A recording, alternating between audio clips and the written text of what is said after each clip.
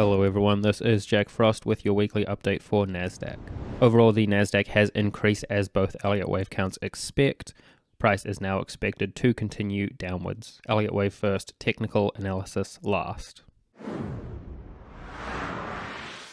On the main bullish weekly chart, primary wave 2 within cycle wave 5 is expected to pull price lower, currently subdividing as a double zigzag, though this structure may need to be relabeled as it unfolds. Primary wave 2 has a target calculated at 11756, where it would reach the 0.618 Fibonacci ratio of primary wave 1. Overall, cycle wave 5 is expected to pull price higher with a target calculated at 25197, where it would reach equality in length with cycle wave 3. Primary wave 2 does reach this target and continues lower, then it cannot move below the start of primary wave 1 at 10092.94.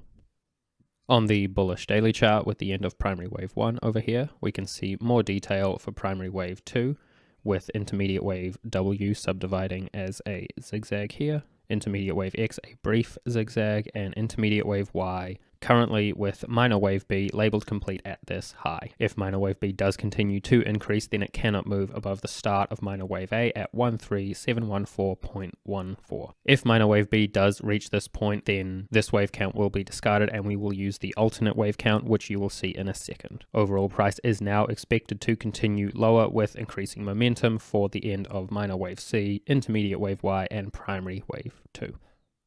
On this weekly alternate chart, primary wave 2 is labeled complete at this October 22nd low, now increasing for primary wave 3. Primary wave 2 still subdivides as a double zigzag on this wave count, though it is complete here instead of being incomplete with a slightly more extended intermediate wave W and Y. If price does make a high above 13714.14, which is the invalidation of the main bullish wave count, there will be increased confidence in this wave count. Primary wave 3 overall expected to pull price higher with a target calculated at 19588, the 1.618 Fibonacci ratio of primary wave 1. Any second wave corrective movement within primary wave 3 cannot move below its start at 12543.86.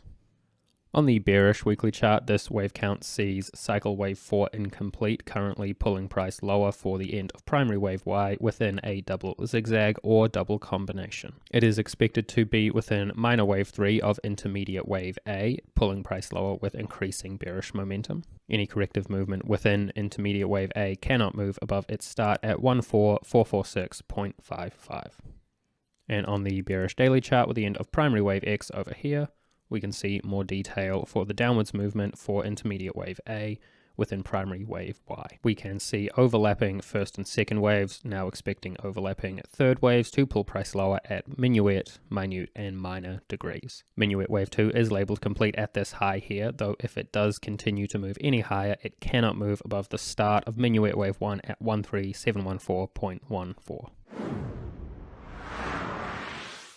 And on the technical weekly chart, price has increased, moving away from support at 12500, with overall declining volume, though there is a push on some bearish candlesticks from volume. On balance, volume continues in a range with no signal. ADX declines showing no clear trend, with RSI and money flow both neutral, and stochastics neutral, having just returned from oversold. As stochastics returns from oversold, as price moves away from support, a downward swing may have ended and a new upward swing may begin, looking for resistance around 14250.